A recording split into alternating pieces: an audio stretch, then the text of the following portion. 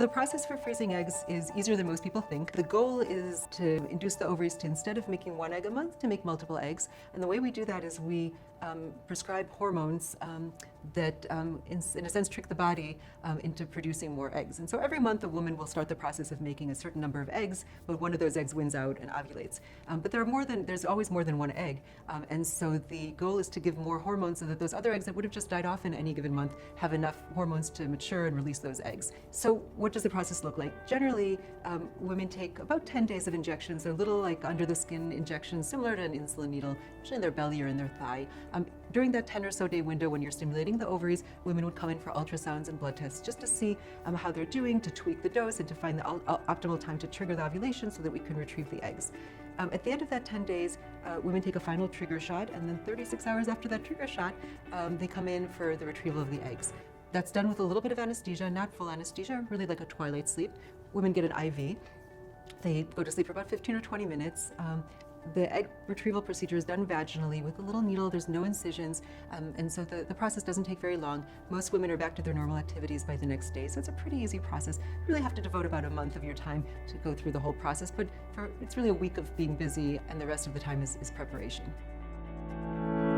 I'm often asked, what is the optimal age at which a woman should start considering freezing her eggs? And it's not an easy question. So of course, the younger you are, the more fertile you are, and the better the quality of your eggs. And the younger you are, the less eggs you need in order to have a good chance of pregnancy when you're ready down the road to come back and use them. However, if you're too young when you freeze your eggs, the issue is that you may never need to use them. And so a 22 or 25-year-old has many years to decide whether to have a child and may well meet someone and have a relationship and decide to have children within the context of that relationship, and may not need to freeze eggs because she's still very fertile. However, if you wait too long to freeze your eggs, then you need more eggs because the quality of those eggs is lower in order to achieve the same chance of success, and you're less likely to be able to use them when you ultimately want to use them. So there is a sweet spot, and we're still trying to figure out what that sweet spot is. But I would say women should start thinking about freezing their eggs in their early 30s, and if they do want to go ahead and do that, early to mid 30s is really the optimal time to freeze eggs. Of course, you can still freeze them later, but by the time you're getting close to 40, the quality of those eggs is significantly decreased, and the chance that they will lead to a pregnancy and a baby at the other end of things is lower. So again, the earlier the better. There's never an age at which you shouldn't consider it, but as you get closer to 40, your benefit is much lower from freezing your eggs if the goal really is to have a good chance of success down the road of getting pregnant. What is the optimal number of eggs a woman should freeze? So that's like the million-dollar question, because the problem is that varies for every woman. We freeze a certain number of eggs, but until a woman comes back to fertilize them and grow them and transfer them into the uterus, we don't know if they're going to be successful. So the more eggs, the better, but of course, we don't want to keep retrieving eggs forever. I would say for a woman in her 30s, young to middle 30s, early to middle 30s, the optimal number is somewhere between 10 and 20 eggs. Sometimes we can't get that number of eggs with one egg retrieval cycle, with one egg freezing cycle, so it's not uncommon that women might consider coming in for a second cycle. It's interesting, there have been some studies looking at this, and it seems like 2 cycles seem to be better than 1 in terms of having enough eggs to ultimately have a good chance of pregnancy. After 2 cycles, you have a little bit of diminishing returns, so I usually don't recommend 3 cycles, but I always tell women when they come in that we need to think about how things look. After the first cycle, we need to reassess, and it's not uncommon to at least consider going through a second cycle in order to safeguard as much as possible your future fertility. Yeah, the number of eggs that a woman needs depends quite a bit on her age. The younger a woman is, the better the quality of her eggs and the less eggs she will need down the road. And so I'm often asked what's the optimal number of eggs? And I would say somewhere between 10 and 20 for a woman in her 30s. The older a woman is, the more eggs she will need in order to have the same chance of success down the road, but the harder it is for her to get those eggs because every cycle in which we retrieve eggs will likely not yield as many eggs. There is a benefit to coming younger in order to freeze those eggs. So somewhere in the early to mid 30s is really optimal. The nice thing about freezing eggs is also that sometimes, a woman might freeze eggs and have no problem getting pregnant with her first baby, or maybe even her second baby.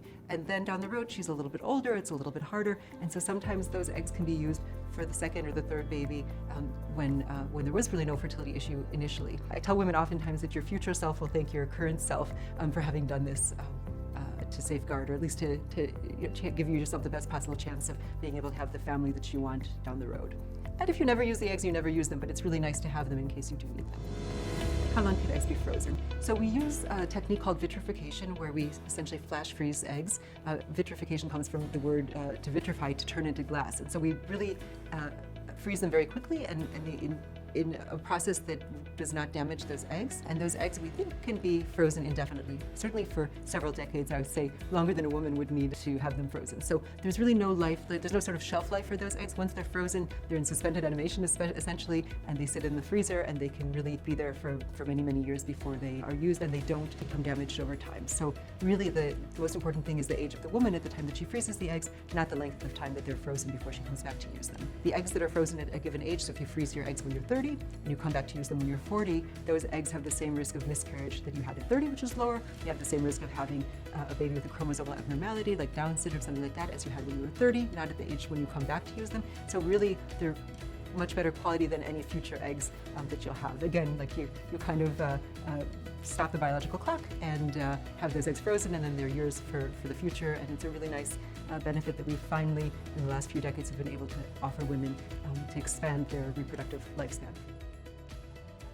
So there are a number of tests that we can do to get a snapshot, to obtain a snapshot of where exactly a woman is in her reproductive lifespan. And so, for example, we look at a woman's ovaries and look at the number of follicles on the ovaries. There's something called the antral follicle count, which are the follicles that potentially have eggs that can be released in any given month. And so the higher this count of follicles, the more eggs we are likely to be able to retrieve when we go and do an egg freezing cycle. The other thing we do is we look at reproductive hormones. So these things are things like follicle stimulating hormone and luteinizing hormone. These hormones are made by the brain and they work to stimulate the ovaries. So you want those levels to be low because you don't want, essentially, the higher the level, the more signal the brain has to send to the ovary, and that's a sign that the ovary really is needing to work harder to create those eggs. There's also another hormone called an anti-Mullerian hormone level, or an AMH level, and that we also always check when a woman comes in to be evaluated for egg freezing. And that's a hormone made by the little follicles in the ovaries, and the higher that number, the more follicles, the more likely she is to produce a good number of eggs.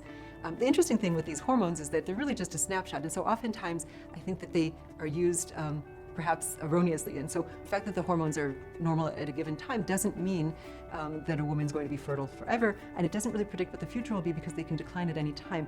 And so when a woman comes in to see me and her hormones are normal, I think that's really reassuring, but it doesn't tell me what her fertility will be like in a year or 2 or 5. And you can't really use these hormones to follow her fertility because once they decline, you can't turn back the clock. And so it's almost like too late once the level goes down. And there's no way to say, well, the level is good today, so you have another year or 2 years or 5 years in order to have a baby without having trouble. So the hormones really just help us in terms of saying, yes, today is a good time for you to freeze these eggs. And yes, we think we'll get a good number of eggs, but it doesn't really help us beyond that. And so I think that's an important thing to keep in mind when you talk to your physician and you get these numbers, and they're reassuring.